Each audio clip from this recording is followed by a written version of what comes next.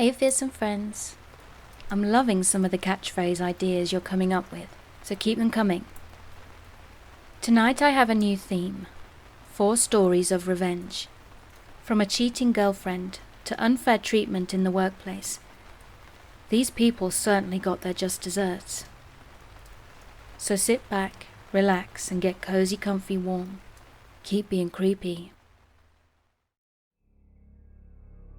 To this day, a good revenge story gives me a warm, bubbly feeling inside, and I believe this notion came from the experience I'm about to tell you about.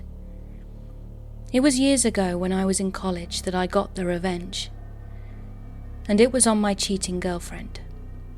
It felt so good. I know I'm not supposed to enjoy it, but I can't deny how satisfying it felt and still feels.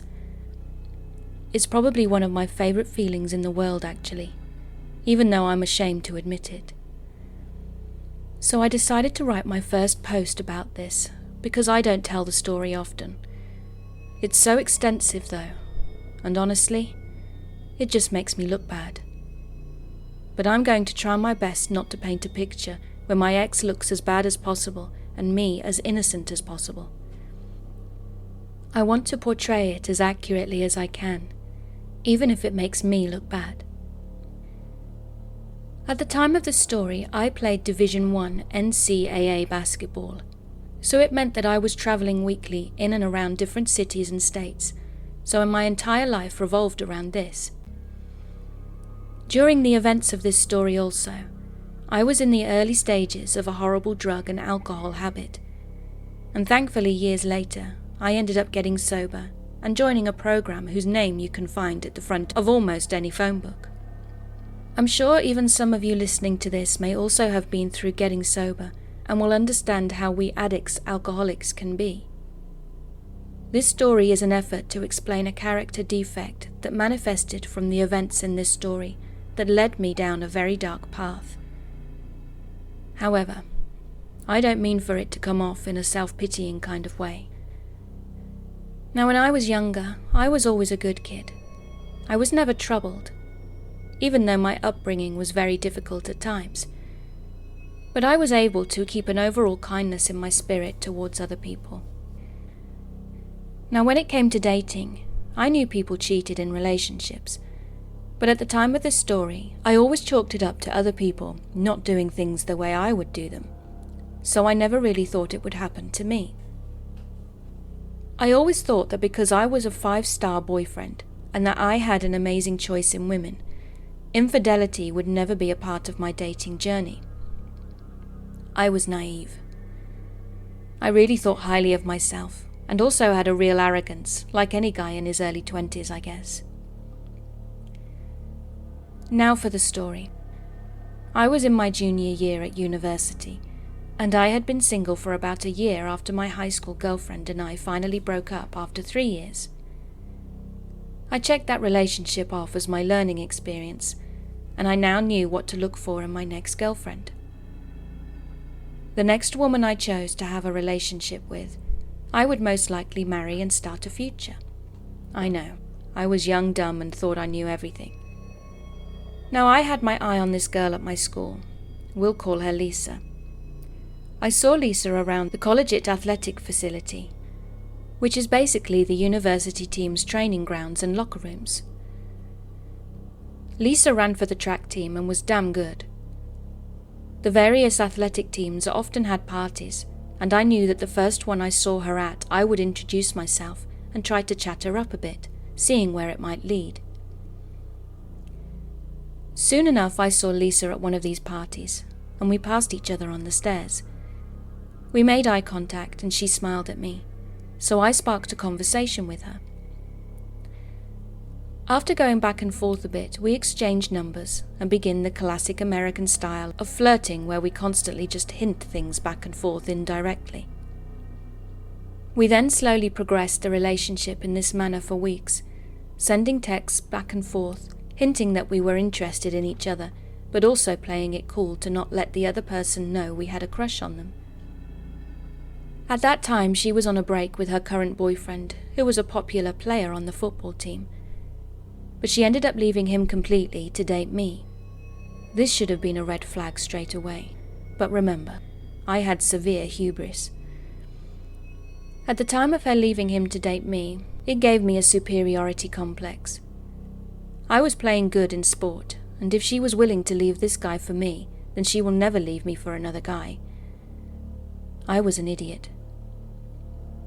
Now I can't express how much I was into Lisa. I was addictively attracted to her, and had that weird feeling of, I can't believe my crush is actually into me. I really was so drowned and blinded by my crush on her that I missed so many red flags. But our relationship began progressing really fast, and because of this I didn't really do a proper inventory on why I liked her so much. Then fast forward around 8 months when we were together officially. Lisa had her own athlete's dorm room, but I was a couple of years older than her and was working during the summers, full-time and part-time during school season, so I had my own apartment near campus, and Lisa was basically living with me. She would even stay there when I was out of town, which would be 3 or 4 days of every week, because we were in season and the team was flying all over the country.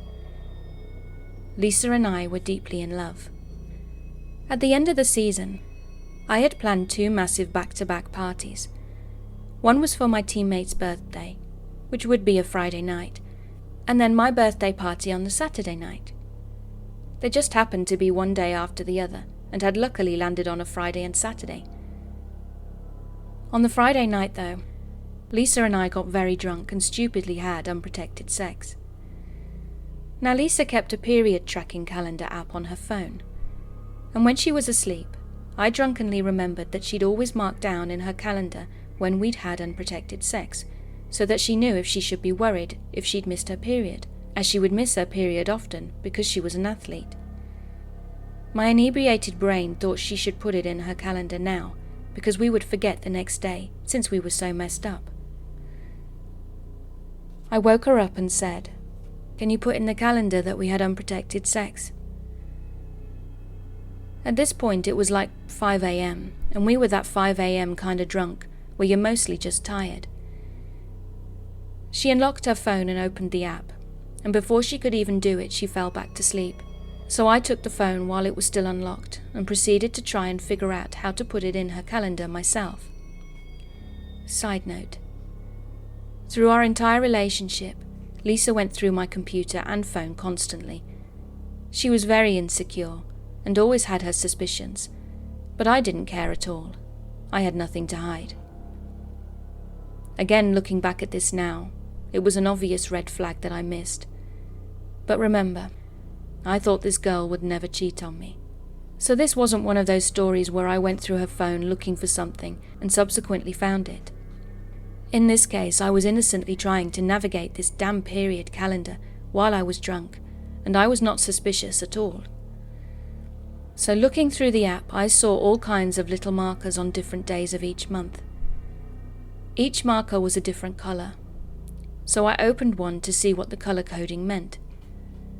I saw that red was obviously the symbol for her period, and then there were also black markers that showed when she had unprotected sex. This is when my heart sank into my stomach. This calendar was peppered with black markers. It looked like a checkerboard with only a handful of red pieces left and all the black ones. There were black markers on dates that I was in a different city playing basketball. I proceeded to open all of the black markers going back for our entire relationship. We didn't have unprotected sex very often, maybe once or twice a month. She had even written the names of the guys she'd had the sex with in the notes section of the black markers. There was a total of 4 guys throughout the entirety of our relationship that she'd allowed to penetrate her raw. Some months there was almost dozens of those black markers, sometimes 2 in one day. Looking back on this, I wondered if there was more unlisted men that I didn't see, because she'd clearly only kept track of the guys and times she'd had unprotected sex. In almost every story I hear of infidelity, it involves the discovery of text messages, being informed by a friend, or the classic coming home early and catching your partner red-handed. I, on the other hand, discovered a well-documented ledger of almost every time she'd cheated and had unprotected sex. Amongst the 4 guys I discovered, one of them was her ex that she originally left to date me. Cheating on me with him was a common occurrence, it seemed. There was also some other unknown guy that she was clearly sleeping with regularly. The last 2 fellas looked to be just a one-time thing. But again, like I said, these markers were just the times she'd had sex without a condom, so who knows what the true story was there. I sobered up very quickly with this new information, then proceeded to look through Lisa's texts and calls, ultimately finding nothing. However, at the time, Android phones had a folder where you could see deleted texts but not the contents of the messages. She had thousands of deleted texts and calls, but I couldn't see what they said. I was able to see the numbers though, so I did a quick Facebook search. I matched one with her ex in addition to something like half a dozen other random dudes. The worst part of it was, though, is that I found 2 of my teammates, one of them being someone I was pretty close with. I just put the phone down after a few minutes. The evidence was overwhelming. The more I seemed to look at the phone, the more my insides began to hurt. I felt so defeated. I can't fully describe it, but I'm sure anyone reading this that has caught a significant other cheating knows what I'm talking about. I felt so stupid for trusting her and having no suspicions of her whatsoever. I couldn't stop thinking about how I'd regretted all the times that I'd had an opportunity to cheat, but remained faithful to Lisa. I felt like an idiot for not cheating her when I could have. My loyalty felt like a waste. I know it sounds ridiculous and irrelevant to the fact that she was unfaithful, but I think I obsessed over that because if I had cheated as well, I wouldn't have hurt so much in that moment. All I could think about was about how much I was hurt, and I would do anything to not feel the pain and embarrassment anymore. Am I the only one who thought this way after catching their partner cheating? I'm curious about this. I decided to leave my apartment and go for a long walk. I had never felt the emotions that were coming up inside me and didn't know how to process them. My ego felt like it was literally dismantled in front of me, and I wasn't sure what to do. I was too embarrassed to tell anyone. My sadness quickly turned to anger though, as I knew I was going to have to get my revenge. I just didn't know how yet. I was seething with rage and wanted to make sure that she never recovered from this. Now my roommate, teammate and best friend, who at the time was sleeping on the couch in my living room, we'll call him Bono. He was an Eastern European kid who stood 7 foot tall and was as Russian in demeanor as you can imagine. He also had a ridiculous RL name, hence Bono. Well, Bono called me shortly after I'd started my walk. I answered and he asked where I was. I told him to keep what I was about to tell him between us, then spilled the beans on what I'd just found out. He stayed on the phone and went into my room. I could hear him in his Russian accent yell at her. "Bitch, you cheated on OP." Then I faintly heard her inaudibly say something in the background, whilst he yelled at her to get out of the apartment. After hearing some scuffling, Bono came back on the line and said, "She's gone. Come back so we can talk." I headed back home, and me and Bono went over what had happened. Things didn't get sappy or anything like that, because we were both complete alpha males who both came from cultures where men don't cry, but neither of us really knew what to say or do in this situation. So he made his best attempt to comfort me and said, "Tonight is your birthday. We're going to get messed up and find you some sluts. Forget her. I never liked her anyway." Oh yeah, that day was my birthday. I forgot about that part. Bono and I went out for breakfast, and I was still a little drunk. My phone was blowing up with calls and texts from Lisa, so I told her that I'd seen everything on her phone, and I can't stand to speak or look at her. She kept trying to convince me to let her come to my birthday party. but I made it clear that I didn't want her there at all. She was clearly concerned about exactly what Bono suggested to me earlier, when me and him had chatted. Lisa's entire reputation and popularity revolved around the fact that she was dating me, and I don't think that many people liked her in the first place, and only put up with her because we were together. She knew that if I acted single at my birthday party, and she didn't show up, everyone would know something was askew. I think Lisa was more worried about being embarrassed than our relationship. I don't remember much of what happened that night, but one of my friends sent me a little package for my birthday from California, filled with some really good weed, hash, moon rocks, pills, and the devil's dandruff. So I proceeded to do a glorious swan dive into an intoxicated oblivion.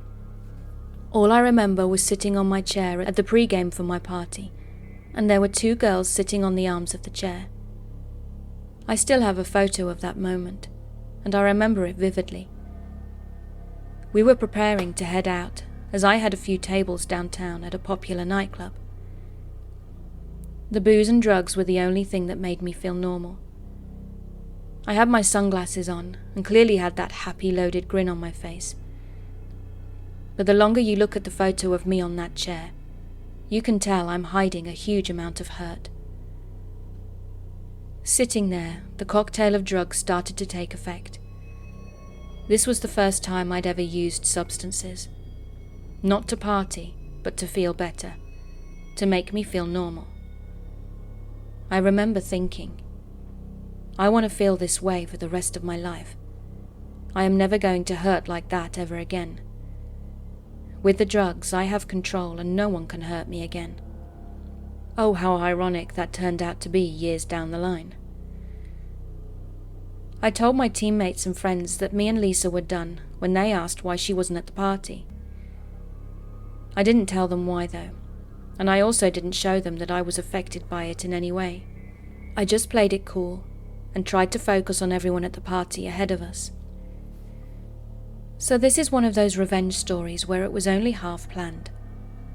I knew I wanted to get revenge on Lisa for hurting me so much, but I kind of just improvised as the opportunity came up.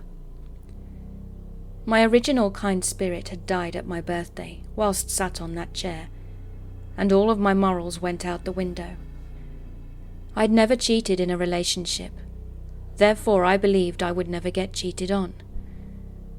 I realize now how dumb that was, but it's genuinely what I thought at the time. I didn't care what collateral damage I'd caused, as long as my mission to hurt Lisa as much as possible was accomplished. So I continued my everyday life with this new selfish mindset.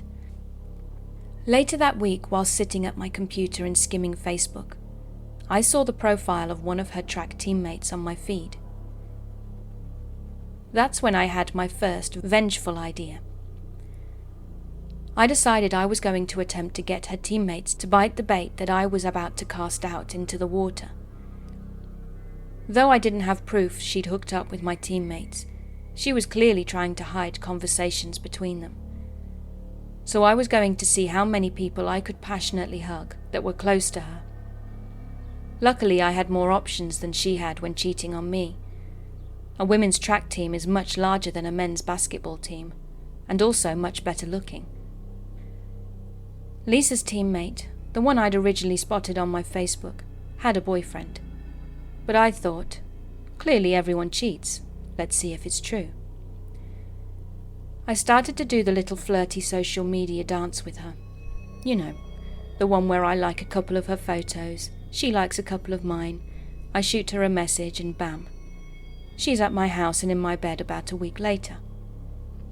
I decided to do something similar to other teammates of Lisa's, all on her 4x4 relay team coincidentally. 2 of the 3 girls I passionately hugged had boyfriends and subsequently cheated on them with me, which gave me some real mixed emotions. It stroked my broken ego and also made me bitter and sad, giving me one of those women are nothing, none of them are loyal attitudes. This is such a typical story. While fighting monsters, I became one. This actually became my go-to strategy, because it accomplished two things in my messed up mind. It exposed a cheater, but more importantly, if they were willing to cheat on their boyfriends, they would A, be more secretive about it, which meant the drama that would ensue when it came out would be elevated, and B, it made me feel better about Lisa cheating, because it proved it wasn't me that was the problem. It was women that were the problem. I know, it's a messed up way of thinking, but that's what I thought back then. I started to collect something from every girl that I hooked up with. A bra, a pair of panties, or some jewelry, etc. Not though for some creepy reason, you understand. But you'll see that this is important for later and was part of my plan. Sometimes I didn't even have to try. One girl left a pair of very distinguishable shoes, and I knew Lisa would know whose shoes they were. They belonged to the girl that Lisa's ex-boyfriend rebounded with after Lisa and him had broken up, which highly upset her because it was her friend. Now it would upset her even more because that same girl slept with both of her ex-boyfriends. I especially tried to collect items if it was something that I knew Lisa could distinguish, like a sweater from the women's track team with her teammate's name on it. After some time I had collected a boatload of stuff, and after a couple of months or so, one of Lisa's teammates' boyfriends found out about me and his girlfriend, and it started a big, beautiful, dramatic explosion. A series of events with her and her teammates that led to all of them finding out about one another's promiscuity. The drama was massive. Even their coaches had to get involved, it got so bad. This made me feel so powerful, in such an evil and yet satisfying way. I fell in love with the destruction I was causing. And the most awesome part about all of it was that the same week the athletics PR team had put massive posters of me all over campus promoting the next game. They were everywhere. Some of the posters took up the entire sides of buildings. So Lisa and her friends had to see me all over campus every day while this drama was erupting all around them. I felt like a triumphant dictator. It was glorious and pathetic all at the same time. Their coach even proceeded to have a serious meeting with the compliance department and my team's coaches. My coaches literally laughed at her, saying, "This seems like an internal issue, but OP hasn't done anything illegal or broken any school policy, so there's nothing we can do." This infuriated the women's track coach, and their team had fallen apart. Their national ranking began to plummet. Then Lisa's coach even got into trouble for being caught tearing down some of the smaller posters of me on campus in a raging temper tantrum. I loved all of it.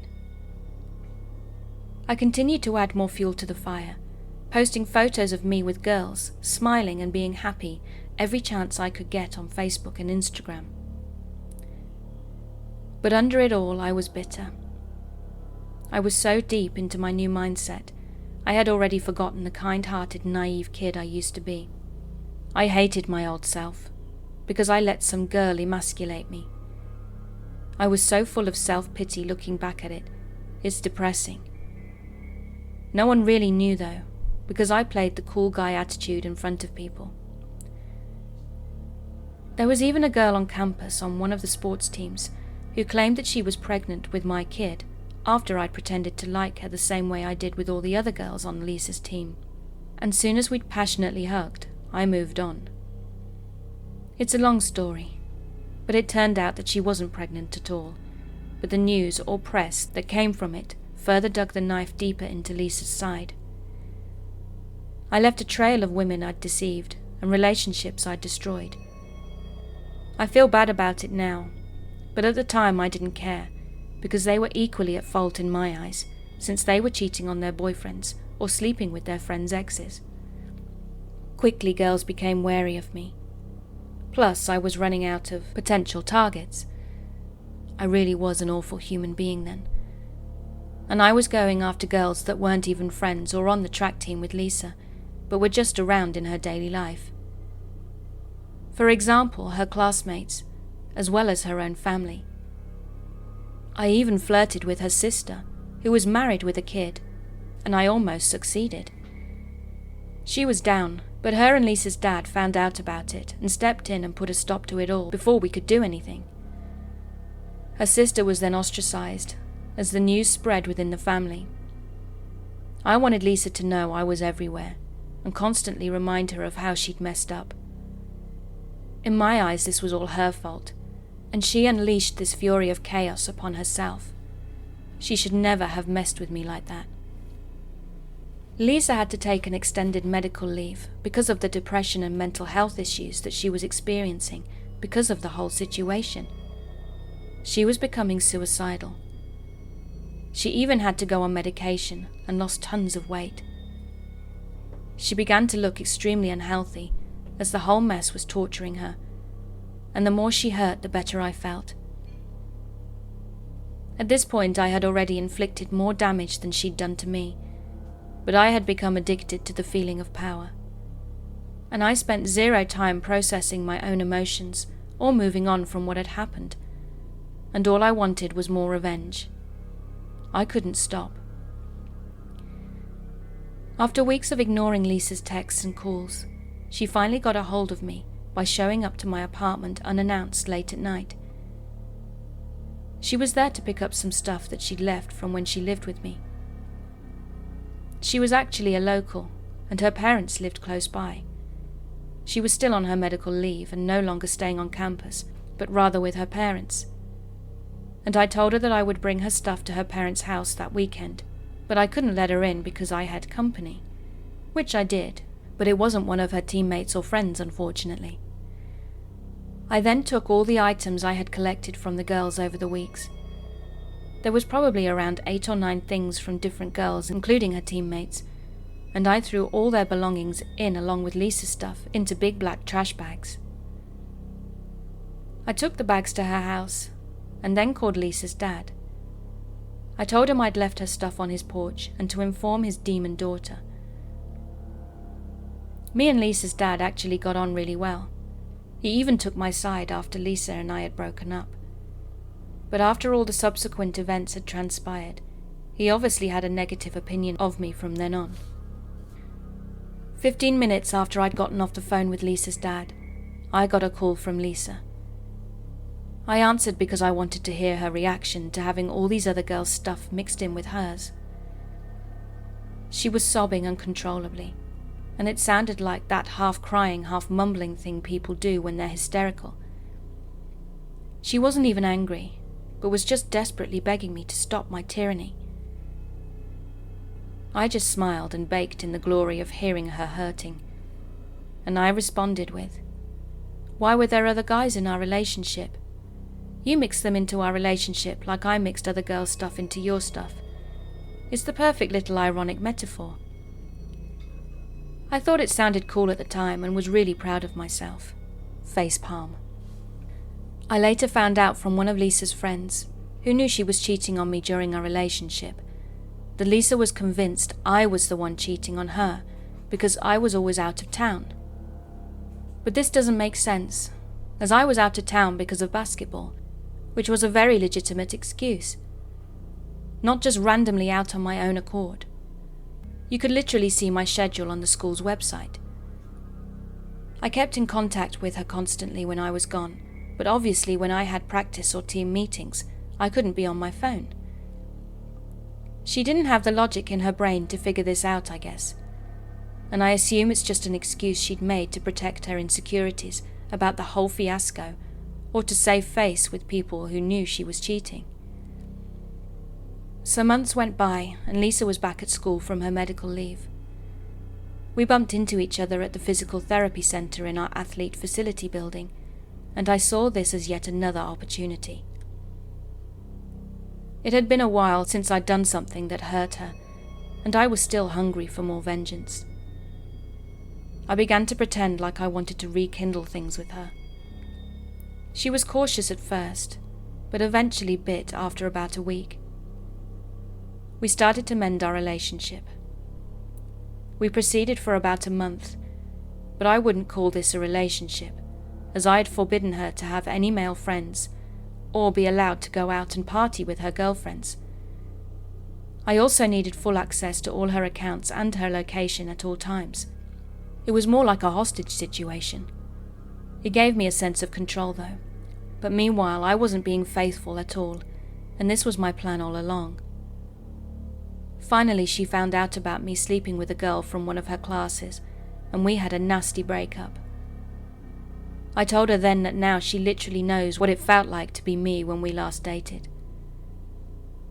Yet again I felt triumphant. It was just another chance to hurt her, and I did. After this, we didn't speak for years. I had graduated from university and moved to Central America. She'd messaged me while I was there about a year after I'd moved, and about 2 years after we'd last spoken. At this point, my life had become that of a real degenerate. I was doing copious amounts of drugs on a daily basis, and about 75% of my life was involved in some sort of illegal or nefarious activity. But I still blame her for me becoming the dark soul that I was, and taking no responsibility for my bitter, immoral nature. I hadn't had another relationship since her, and always had trouble because I couldn't trust a woman in any capacity anymore. Even after years passed, I saw this instance of her messaging me as yet another opportunity to hurt her. We began talking as friends, even getting a bit flirty with one another over Facebook Messenger. Mind you, there were literally many countries, states, and oceans between us at this point. I was planning a trip back to my old university to visit some friends. But what I told her was different. I explained to her that I was moving back to the city for a new job that I had just been offered. So we decided to meet up when I got back and see if there was anything worth saving between us. I put on my best acting hat and tried to seem like I'd put our past behind us. However, I was just as vengeful as I was years ago. She was finishing up her last year at university, and I made the trip back to the USA. I met her at a coffee shop once I'd arrived, and we spent the entire night together. From her point of view, it really looked like we had moved past our differences, and what had happened. We could actually work things out. However, I wasn't moving back, obviously, like I'd told her. I was only staying for 2 nights, and she didn't know this. After hooking up a few times and spending 2 days together, without mentioning anything to her about me leaving, I packed my things and got back on a plane to Central America. I then blocked her on all my social media and communication outlets. This time I could only fantasize about what had happened to her when I disappeared, after she thought I had moved back and supposedly was ready to give our relationship another try. This time, however, it wasn't as satisfying as my previous plots of revenge. My drug habit and lifestyle had only gotten worse every year, and 3 years later I was hospitalized and almost died because of my extended drug use. I was never sober for a full 24 hours after that day, when I'd gone through that period calendar on Lisa's phone. As much pain as I might have caused with her with my vengeful life, my new identity that consumed my old one was so tainted with a dark spirit at heart. I think I honestly did more harm to myself with my actions, and it led down a road where morals didn't seem to exist. Though I spent the entirety of this story telling everyone of how I kept getting revenge at my ex for cheating on me, as satisfying as it was, I wish I would have spent an equal amount of energy healing myself from the incident. If anyone reading this is experiencing the pain that comes with cheating, a good revenge story can bring you some satisfaction, but I hope you don't make the same mistakes that I did. Spend more time healing yourself from the hurt and moving past it. The revenge ultimately won't heal you. It'll be a separate journey and could distract you from putting yourself back together. Luckily, I got sober and have been sober now for 4+ years. I even had another girlfriend of 2 years cheat on me before I sobered up, but this time I didn't take revenge. I spent my time healing and only focused on myself, and that was way more satisfying than the revenge I got on Lisa for cheating on me. Now I'm married, and have been for almost 2 years, to a woman who is sober, and man do I have a good life. I have a dream job, and a dream marriage.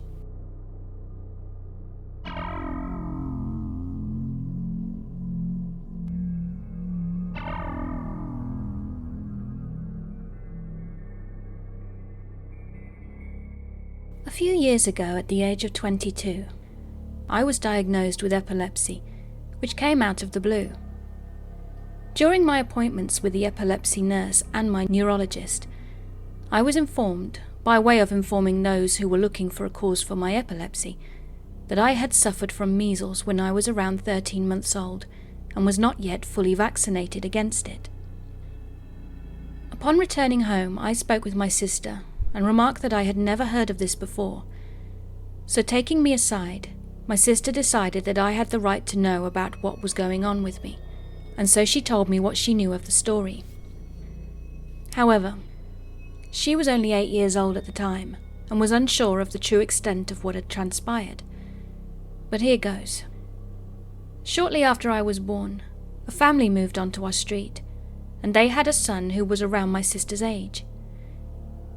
My sister wasn't fond of him, as he was a bit pushy, but not in an unkind way. He likely just wanted to make friends and pushed his way into playing with the other children.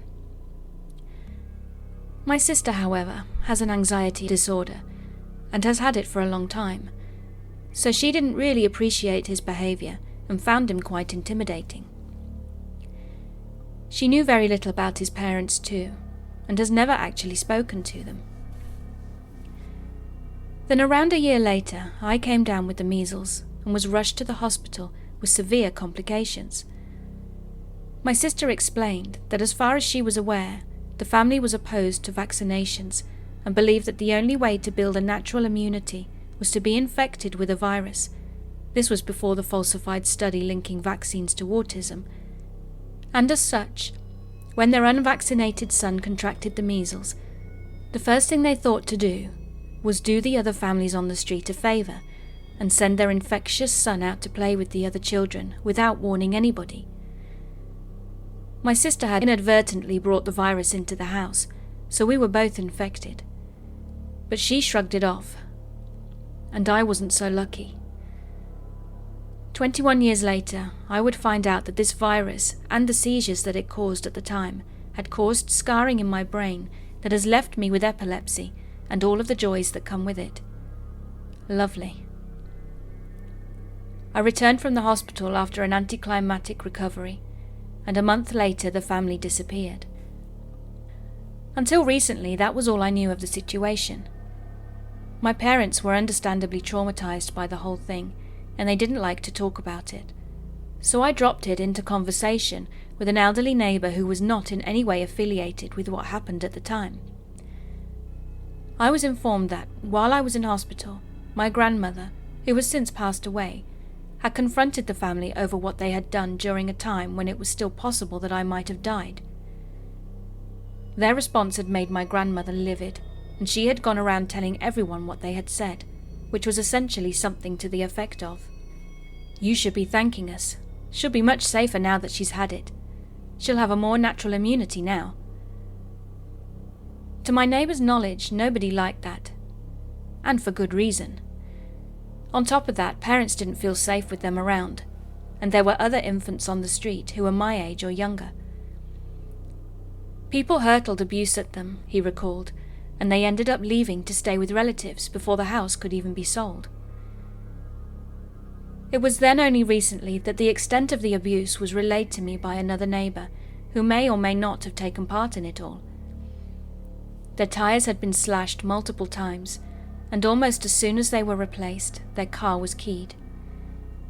When people weren't hurling abuse at them in the street, the worst of all being my grandmother, who had a razor-sharp wit, always being able to come up with something new and unique, they'd write handwritten letters, calling them every obscene name under the sun, and reminding them that they could be responsible for my death, posting them through their mailbox and sticking them to their windows and doors. The resident baseball boy, with the blessing of everybody present, tore their letterbox off their wall and smashed it in with a baseball bat. One of the residents on the street had a pair of cats, and when they brought any little presents home, she would scoop up the unfortunate prey with a shovel and leave them on their doorstep. This evolved to include the waste of the cats too, and another neighbour who had a dog, who decided to do the same with the dog's droppings. This would be done primarily when they were out of the house, and being in the heat of summer, you can only imagine the smell and the cloud of flies that would be wafting around their porch when they returned hours later.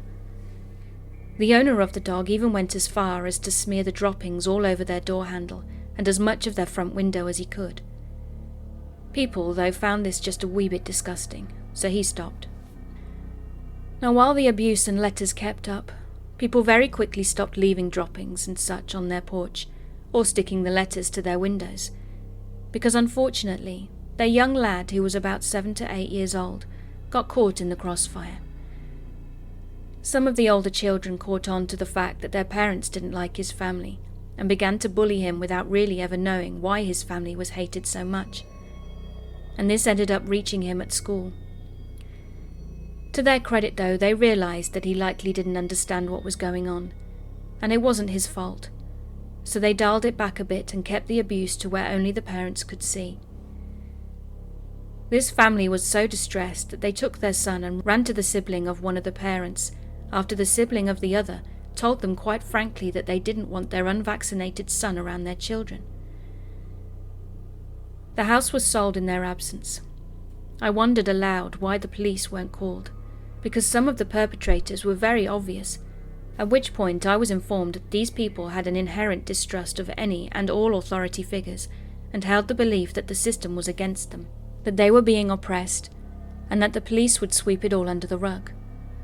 So they just left instead of exposing their son to the biased police, which is really baffling to me, because in my country, their community is a majority, and they'd be more likely to receive support. So the moral of the story is, vaccinate your children, folks.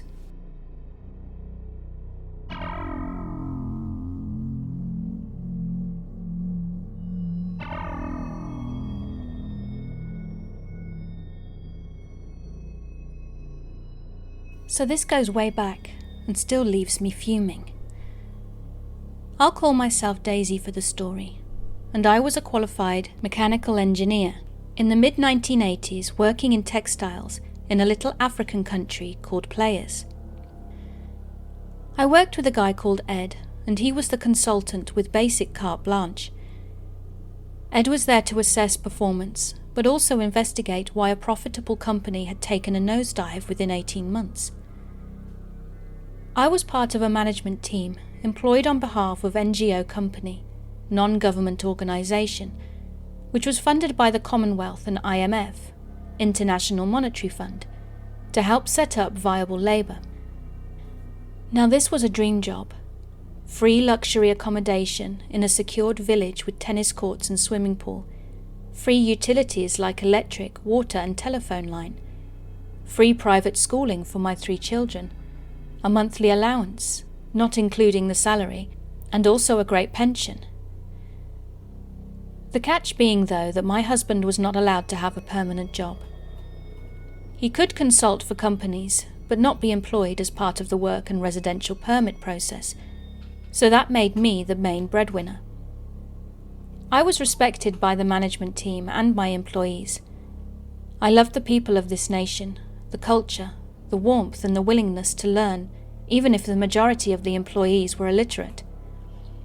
I helped set up schools to improve their verbal and written skills, not only in English but also in the local official language, and I woke up each day ready to tackle the challenge and see the company flourish and become profitable. The company did become very profitable, and as part of an agreement with the CDC and IMF, it needed to be sold to investors in this country as a profitable venture, with a caveat that all local employees remain in employment for 18 months. The order books were full, and the bank balance very healthy on the day the new owners came in.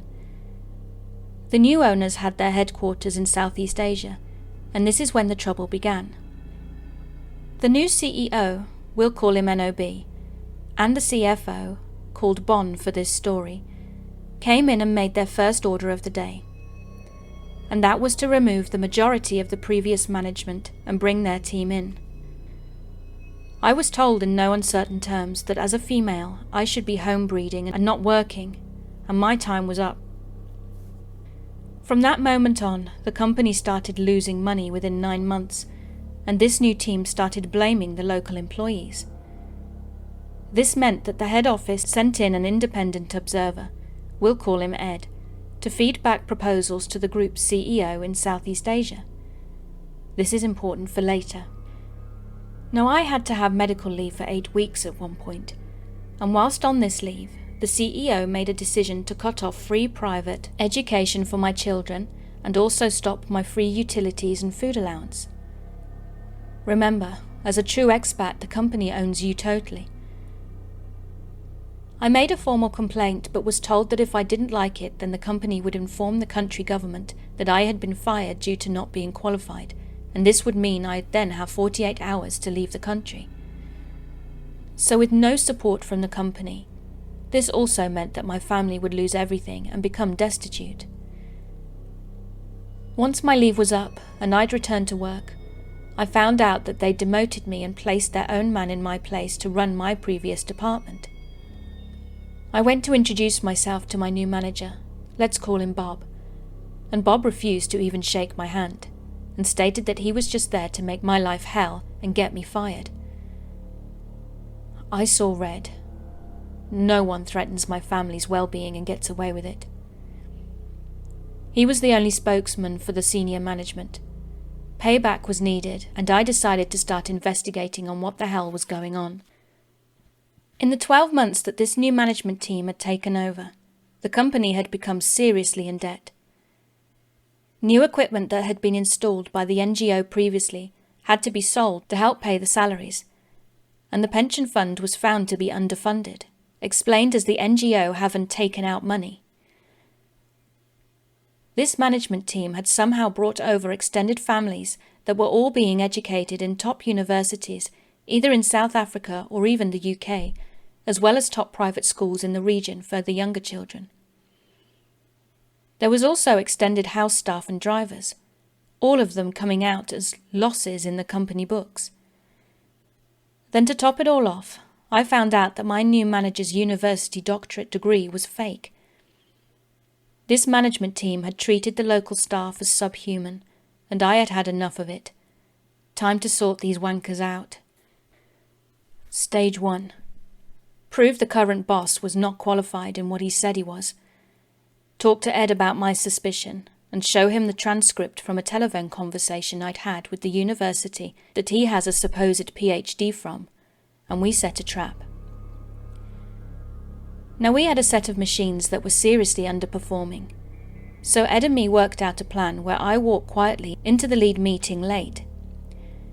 We wanted to give Bob enough rope, so in the meeting I sat quietly, whilst Bob was blaming the local operators and maintenance fitters for all the woes, and asking reasons why we couldn't meet the order book demands.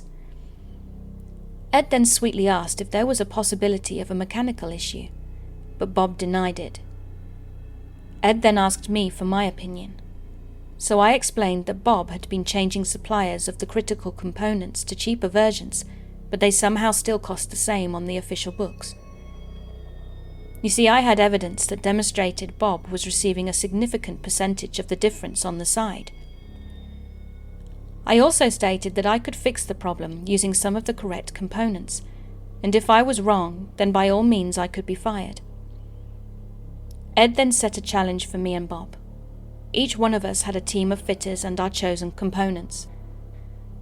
Bob stormed off to the shop floor and did his usual screaming at everyone, and I went down to explain what I was trying to achieve and how it would benefit the operators and get the project going. Then at the end of the week, I'd have to report back to the management team. Ed had asked a few operators, mechanics, and production supervisors how Bob worked, and if there had been any attempts to sabotage my project. Needless to say, though, yes, Bob had tried everything. Ed gave Bob a chance to come clean, but Bob still stated that I was a liar and knew nothing. Ed then stood up and walked to the door and opened it. On the other side of the door were Bob's family. Ed had organised for drivers and other contacts to fly in Bob's family from South Africa, his children from the schools and universities, and also those that were attending a UK university too. They were all informed that no company funds would be forthcoming, then proceeded to give each of Bob's family plane tickets for the following morning. The company security guards and the police were sent for, and Bob's bank accounts were frozen due to fraudulent transactions. He accepted a plea bargain, and won't be welcome in Africa ever again. His native country police were informed, and when Bob landed in his home country, the head office had organised a police escort. Basically, he was unemployable, and his family were greatly shamed. He got his just desserts, and I couldn't care less. Stage 1 was complete. Stage 2. The final event to prove that NOB and Bon had been defrauding the company and country. NOB and Bon were still in charge of the company, and at this point they had been there for 18 months. The stated clause that the workforce could not be touched was up, and NOB and Bon called an all-site meeting. They stood up front with tears running down their cheeks, telling everyone how the NGO had lied about the company orders and profitability, and how they were trying their best, but the company was still really struggling, and unfortunately people were going to lose their jobs. Now, I had been working closely with NOB and Bon's secretary, so I had been able to access the info I needed. Survival kicked in. As I was part of the original management team, I had the original accounts that were audited as part of the CDC and IMF funding for the NGO. In between, I'd accumulated information on the losses being shown and the missing money going offshore into private accounts, and not the head office accounts. You see, these two didn't respect women or the locals, and assumed that what was being done would not be picked up. But if they had bothered to understand who they'd employed in the office, they would have found that the purchase officer and the accounting supervisor were qualified accountants with close links to the government and the banks, and they were, you guessed it, women. I had explained that there would be a time when we needed evidence to safeguard the money and people's livelihoods. So the files had been building from when they were, in 6 months to now, a year later. NOB announced that 66% of staff will have to be let go. So again I talked to Ed and gave him the evidence that we had been accumulating. NOB called me to the office to tell me that I was redundant with immediate effect, and that to be able to stay in the country to sort out my family, I would now owe the company rent that was twice my given allowance. I lost it.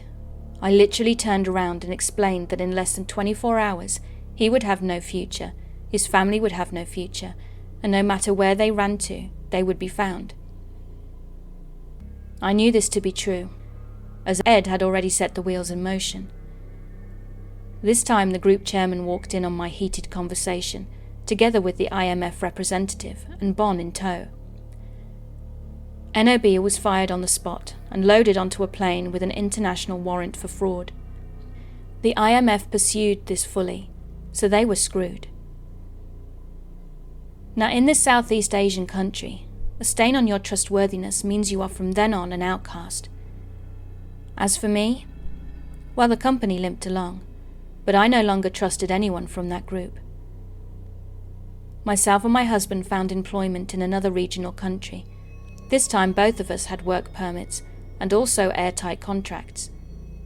No one will ever screw us over or make us feel like slaves again. Don't ever threaten my children or my family's livelihood. I will destroy you by waiting until you hang.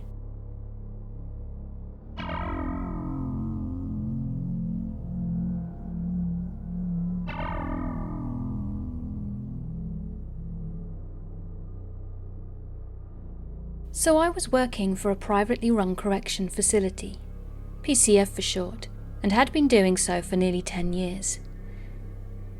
The pay was nothing like what state or federal employees got paid, and it was a constant show of being short-handed. I worked my way up through the ranks from being a frontline officer in the units to visitation sergeant to shift commander, and then finally a security specialist. When I was a floor officer, I worked with others assigned to the same unit to get a general code of conduct going.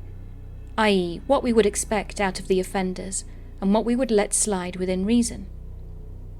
Because of this, the unit we worked on ran well, and was thought of as the easiest unit in the facility to work in, but only because we all ran it identically and were consistent and fair. Eventually this caused my shift commander to move me to other areas as a test, and eventually it landed me in visitation. Visitation ended up being one of the most demanding positions I worked at the facility, simply because prior officers had done so little and were so behind. Along with my partner, which regularly changed because of the stress of the position, we got the visitation department up to code and went from taking 5 visitors a weekend to over 80 on a regular basis. After doing this for roughly 3 years, I moved up to sergeant of visitation, which was less stressful, as it was more supervisory, just handling complaints as well as necessary policy revisions, etc. After nearly 2 years there, I moved up to shift commander. Here I identified several issues with our overtime policy, including significant favoritism issues, as well as having to correct several reporting flaws that we were constantly being dinged on by PPMU, the Private Prison Monitoring Unit. Now because of this, PPMU personnel and I became very close, as I worked with them closely on improvements. This led to creating several spreadsheets in Excel that more or less made tracking overtime, vacation, assignments and various other little managerial things far easier to track, with barely anyone having to do much other than add their employees and fill out assignments for each shift. This allowed us to get away from favoritism and easily spread the copious amount of overtime fairly, so that everyone was doing their fair share, instead of just a handful of them constantly being taken advantage of, whilst also making it easier to explain monthly shortages. The superiors loved it, PPMU loved it, and many of the overworked frontline staff were delighted by it, because it allowed them to finally get some rest after 16-hour shifts. Others hated it though, because they couldn't skate by under the radar without doing their share of mandatory overtime. During this time, we'd made some changes in administration and also created a couple of positions that were required as part of our contract with the state, which was subsequently renegotiated yearly. This is important for later. This included at least 1 captain per shift, a captain of housing, to which we had none before, a security specialist, a lieutenant position, and several positions that changed from officer to sergeant level. This was where the problems started, and a number of the staff started filing complaints, because while the state mandated these positions, the private company didn't like it cutting into their profit margin, so had begrudgingly agreed. However, our administration saw this as a way to get their friends in the cushy positions. Company policy said to promote from within, but our administration found ways to make it seem like most internal candidates didn't meet qualifications, while hiring old buddies into newly created captain and administrative positions. Eventually I was moved to security specialist and backup shift commander. My new role was creating facility-specific amendments to administrative regulations to ensure we were following the purpose of them. This entailed managing equipment, setting key permissions, the restrictive housing unit, visitation, perimeter security, and making sure all guests, visitors, vendors, volunteers, entry policies were followed, to include mandatory background checks. I also ended up taking over several other Excel spreadsheets that were required to show each department in the facility was accordingly staffed and the required hours per our state contract agreement. It was quite the handful to say the least, and by closer following the administrative regulations, I was quickly making more enemies, as a lot of the issues started showing how incompetent the administration was, namely the major, housing captain, and one of the other captains that were buddies the major got hired on. As security specialist, I reported directly to the major, deputy warden, who was as well an extension of the PPMU. We had regular meetings to discuss issues and how to remedy them. Then it was my job to author the adjustments so the major could review and sign them off, along with the warden, before they went into effect. By this time, I was the sole manager of no less than 5 major Excel spreadsheets for the facility that were used in various departments, all of which I'd trained for, including major and captains, as it was to eventually become their responsibility to manage them. This included giving them encrypted passwords if those spreadsheets ever got broken or became corrupted, as Excel is known to do on occasions. However, this didn't happen, and I was constantly the go-to in order to get them fixed. After a couple of years of this, in comes the private corp to renegotiate the contract, and suddenly my position responsibilities got reorganized into their respective captain or major responsibilities. At this time, a new captain position had come open, so I put in for it along with several others with similar experience to me, and also one that had the absolute bare minimum experience, but was close friends with the major and another administration sitting on the hiring board. Needless to say, they got the position, and I got bumped to their old position as housing lieutenant.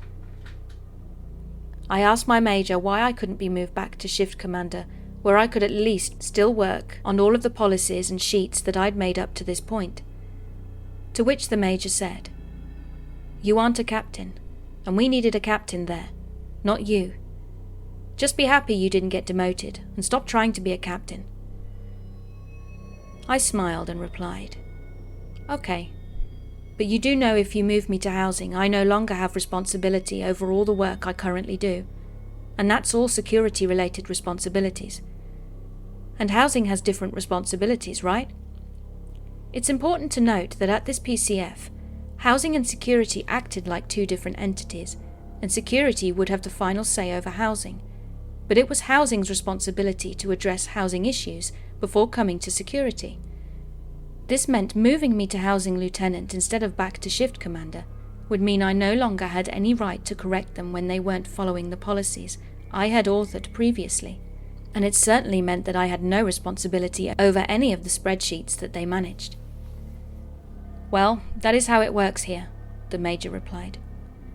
"You just didn't get the captain position. I'm sure we chose the best person, and there will be no issues. Just do what your new position entails, because you aren't a captain, you're a housing lieutenant, and you will do only what is part of that position." At this point he gave me the biggest crap-eating grin, as he had waited 3 years to put me in my place for making his job harder, basically doing what he should have been doing all along. "Okay," I said, and left the room without another word. Cue the nuclear revenge. Now I had also submitted complaints of harassment and policy violations with updates, as further incidents had taken place, causing the complaint to stay perpetually open, and this was added to the complaint with documentation. This was only another notch to an ongoing issue, and one that various others I worked with had also joined in on, as they had equally been railroaded, harassed, discriminated against, to include lost wages, and seen the nepotism taking place. It's important to know that the policy on nepotism for this company included language stating that family and close friends could not have unfair advantages in promotion or job placement over qualified or current employees. Now this change wasn't immediate, but after a couple of months, I was then working as a housing lieutenant and taking care of my new responsibilities. I'd shed all responsibility of prior spreadsheets, policy adjustments, and anything that didn't have to do with my immediate department, and it was about this time that things started to go noticeably wrong. Even though I took the time to train, assign management rights, and give password control of all workbooks to the responsible department heads, most of which was the major, it didn't take long for it to all go to pot. The new captain didn't know about Excel, let alone any of the reporting software a shift commander has to use, sometimes multiple times a day. He was very lacking in knowledge of AR and quickly got various offender and staff complaints. The major wasn't keeping track of the spreadsheets he is now supposed to manage, because he was just as clueless when it came to anything computer-related. And visitation was slowly going down the drain too, because none of the other captains kept an open communication with the sergeant or officers to help deal with issues and staffing concerns. By this point, PPMU was very unhappy and demanding that these areas be brought up to compliance within 30 days, or they will start to pursue fines against the company, cutting further into their monthly profit margin by nearly $1,000 per day.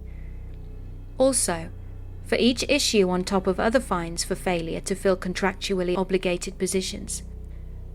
Needless to say, these were fines that added up very fast. At this point, my housing captain called me into his office with another of the admin to give me the assignment of fixing these troubled areas. After reviewing the assignment, I smiled back and told him that, sorry, the major told me I wasn't a captain, and that I was to stop doing captain work now that I was a housing lieutenant. This is beyond my assigned post to fix, as it requires me to tell security what to do in order to fix it. We work as a team. You don't want the team to suffer for this, do you? He said to me. Then the other admin piped up. Lieutenant, let me get this right. You are refusing to do this because you didn't get the captain position. I then give the same crap-eating grin the major gave me when he told me months earlier that, well, that is how it works here, isn't it? Security manages security and housing takes care of housing. Unless it jeopardizes the security of the facility, then it's security's problem, right? I then rolled my shoulders into a shrug. I just simply lack the authority to do that job, and the major assured me that you and the other captains all had it under control. I even showed it all to you before I was reassigned, remember? By this point I could see that the captain was getting visibly upset, as they were now entirely responsible for all the work I used to do. The other admin at this point looked at me again and asked, so you were refusing to do this assignment? It isn't that I'm refusing to do the assignment, it's that with all my new responsibilities as housing lieutenant, I simply don't have the time to do them, and the work of a captain, which the major made very clear to me. I'm not supposed to do the work any longer, as I am not a captain. I then stood with a smile. So no, I am not refusing the assignment. I am following the orders of a higher superior that told me to no longer do anything outside of my assigned duties as a housing lieutenant. Last time I checked, the post orders I signed stated that I was only to do assignments that are of housing unit responsibility, which also was signed by the major and the warden. Now, if you don't mind, I really have other responsibilities I need to get back to. I then smiled to both of them and walked out of the office.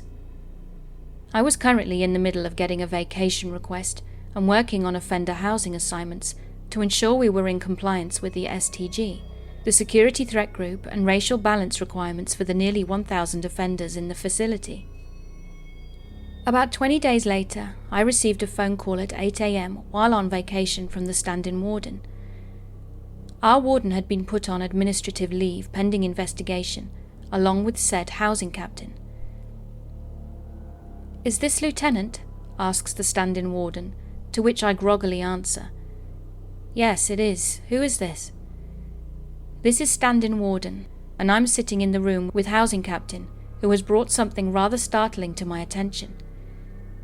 He is saying that you refused to do an assigned duty that resulted in the ability to track various things in the facility. Is that correct?" At this point I sat up in bed and answered, "Yes, that is correct, but that is because..." I didn't even get to finish my sentence, as this stand-in is clearly upset at my admission and interrupted me. "You do realize that this is insubordinate behavior that is gross in nature, don't you?" Anger clearly in his voice, but a controlled anger. I can only imagine that the housing captain is sitting in the room with a crap-eating grin. "Am I going to get to answer, or are you going to interrupt me again? It seems you have already made your mind up on the matter, given the tone of your voice, sir," I responded. "You're correct. I've decided that your negligence in performing duties as assigned is gross in nature and believe this meets the required perimeters for immediate termination, effective now," he piped back, obviously not happy with what I'd said. "You do realize, though, that I will be adding this to my complaint of workplace harassment and retaliation if you do so without getting the full story, don't you? This means that I will be adding your name to the complaint for failure to do your due diligence in getting the full story, on top of the warden you are currently replacing, the housing captain sitting with you, the major, and several others for violation of your own disciplinary policy. I'm shaking at this point, angry that this is happening and that I have to resort to this extent to get the point across. And yes, I do have access to all of the documents, including all current policies of the company, the current contract between the company and the state, and I will pursue this if you continue. You do what you feel is necessary, and I'm doing what I feel is necessary. But as of this date, you are hereby terminated. You will receive in the mail the disciplinary form and decision to include a formal answer to your complaint by the week's end. But you see, if you're part of that complaint, you no longer can issue the formal answer according to policy. It will now have to come from corporate HR, who will have to agree with your decision and already has copies of the complaint as well. My voice now shaking from my own anger.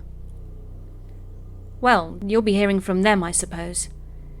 The phone then hung up, but not before I could hear the change in his tone of voice as well. I wasted little time in updating my complaint and notifying the corporate HR person that I had been in contact with for about 6 months now. A week later, a notice was sent to all employees that the facility would be closing their doors permanently in 90 days, and I continued to receive my full 40-hour-a-week pay until the day those doors closed, without ever having to return to work. I was then later allowed to file for unemployment as well, as the technical reason for loss of employment was through no fault of my own. I later found out from the HR department that the facility was closed due to 4 major reasons. 1. The company was no longer making any profit due to poor management decisions that ultimately led to PPMU issuing upwards of $75,000 in fines per month, on top of out-of-control overtime due to shift commanders not properly tracking their shift officers' overtime, vacation, or days off. 2. Many of the administration and captains had received numerous complaints of company violations to include harassment and nepotism. 3. PPMU investigated the qualifications of some of the recently hired and promoted administration and captains, as they too were suspicious that they didn't meet the proper qualifications for the position. This meant that they were entitled to back fine all the days those positions were filled, simply because they were unqualified candidates. And 4. The investigation found all complaints to be valid and would require termination of nearly all of the current administration, 2 captains, and 1 HR for failure to correct the issues, meaning it was easier to just cut their losses rather than try to fix it. So why was this nuclear revenge? Well, the state had to quickly move and relocate nearly 1,000 offenders. 250 people lost their jobs, of which 15 of them ended up fired due to policy violations, resulting in the investigation of nepotism and workplace harassment. A few had workplace discrimination, and it resulted in one person who was not receiving fair wage of others that would have a similar position, to receive back pay of upwards of $38,000. My start of complaints led to others filing complaints for similar reasons in nearly 2 years leading up to this, adding to documentation of the issue that resulted in the closure of the facility. Even knowing the impact that this had, if I were to live through it again, I would still have done it the same way.